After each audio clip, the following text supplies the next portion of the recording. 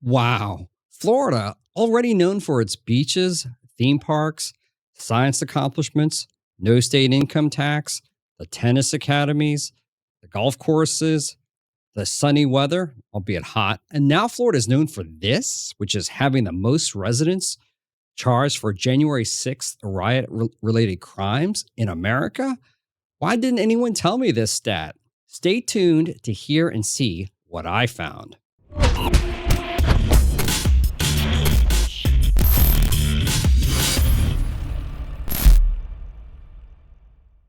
Yeah, I haven't been paying attention too closely to the aftermath of January 6th, to be honest. Like many of you, I did see the videos that came out of January 6th, 2021, attack on the U.S. Capitol, and of course, the subsequent videos that were released primarily by law enforcement authorities and the media thereafter.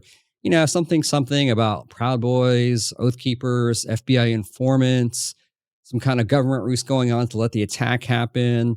You know, people being jailed allegedly for extended periods of times with or without being charged. You know, all the stories coming from the left and right, politically speaking, of course. But I haven't really followed any aspect of it until I saw this headline the other day. Florida emerges as a cradle of the insurrection as January 6th Capitol riot arrests keep piling up. And this one from Fox 13 Tampa, which reads, Capitol riot. Florida leads country with most arrests 1 year later. So I started thinking, to what extent were Florida residents involved and where are we now? And I wanted to answer this question as quantitatively as much as I could and not so much qualitatively because that can become messy. It's a slippery slope and it can be very subjective. So I'll leave all the legal analysis of each individual case and the political motivations of those cases to other analysts and pundits. So I went looking for some kind of database tracker related to federal charges that have been levied against U.S. citizens related to that January 6, 2021 incident. So I found this NPR resource online, and I'll put this URL in the description. And once you go to it, you'll see that it includes statistical summaries as well as a simple and searchable database. I know. Now I know what you're thinking. It's NPR, state media, or state-affiliated media, or whatever Elon Musk is calling it these days. Actually, I didn't see any such label on Twitter when I checked today for NPR. Some of you may think that NPR is neutral. Some think that NPR is part of the deep state media. Whatever the case, this is just a resource I found that appeared to just present searchable info that is A, current and updated, apparently. Number 2, easily filterable and searchable. And 3, it's free. Oh, yeah, and it appears to truly track U.S. citizens by where they live and not where they were arrested. So take all of this into account and take it for what it's worth. I'll leave a link in the description again for this NPR resource. So here's what NPR says. Total number of people charged with federal crimes, 1,041 as of June 18, 2023. Number of people who have been pleaded guilty, 603. Number of people receiving federal sentences, 485. 277 have been jailed.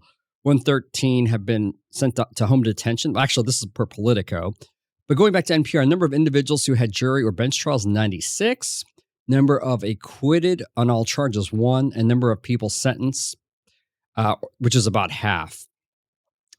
So if you go to the NPR website and filter on Florida, you get something like this. It's a nice, simple interface. You can do a text search, filter on the state, any type of charge, and any case status. So I filtered on many other states and got a breakdown of the most charged U.S. citizens by state. Florida is number 1 at 111. Texas is number 2 at 84. California 3 at 69. Virginia 4th at 55. Illinois 39. Then after that, it becomes kind of similar. New Jersey, Michigan, Georgia, and other states are in the 20s and 30s there. So as you can see, Florida is in first place by 27. That is a significant number, and we can probably expect these totals to change over time as the government continues to investigate and charge people with crimes. When I look at these totals by state, it kind of makes sense. Florida, Texas, and California are some of the biggest states in terms of population and landmass. But on the other hand, January 6th event happened in Washington, D.C., so I had this original impression way back then that a lot of the citizens being charged would come from states in the North, Northeast, and Midwest, states like Michigan, Illinois, Virginia, etc. And when we hear the government describing militia groups and white supremacy groups, They in the media are usually referencing states like, Michigan. They'll throw those states in there. Remember that Gretchen Whitmer attempted kidnapping plot? Just to cite an example. As for specific January 6th related states for Florida residents, here's what I found as of June 18th. 53 pleaded not guilty, basically saying, bring in our government, let's go to trial. 34 pleaded not guilty and are awaiting trial. 17 pleaded not guilty but had a trial and were convicted, and 2 pleaded not guilty but charges were dismissed. So yeah, the government wins most of the time. So 48 pleaded guilty to one or more charges and said, screw it, I'm admitting to at least something, and maybe I'll get a reduced sentence, or maybe I'm guilty and go ahead and sentence to me, whatever. So 33 of the 48 who pleaded guilty already had trials and had been sentenced. 24 of the 33 received jail time or incarceration. 2 of the 33 got home detention. 17 of the 33 got probation with no home detention. And 12 have sentencing set for a future date. There are 3 cases that are pending. So 2 are due to a plea agreement with federal investigators, and 1 is an unknown status. So that leaves us with 10 of the original 111 charged Floridians. It appears for these residents, there are no pleas entered of any kind yet. And 1 is actually a fugitive with no plea entered. Some of the stiffest penalties to date include some Floridians. And by the way, 18 years has been the highest for the entire incident, which is a non-Floridian. But in Florida, Kelly Meggs, 52 years old, out of Dunedin, Florida, 12 years for seditious conspiracy and other charges. He was a Florida chapter leader of the Oath Keepers, apparently. And then we have number 2, in terms of Florida highest sentences, Tristan Chandler, Pensacola, Florida, who got 5 years incarceration for things like assaulting, resisting, impeding officers with a dangerous weapon, and engaging in physical violence. Lastly, I found 14 Florida citizens who were somehow associated or were flat-out members of the Oath Keepers, and also 14 Florida citizens who were somehow related or members of the Proud Boys.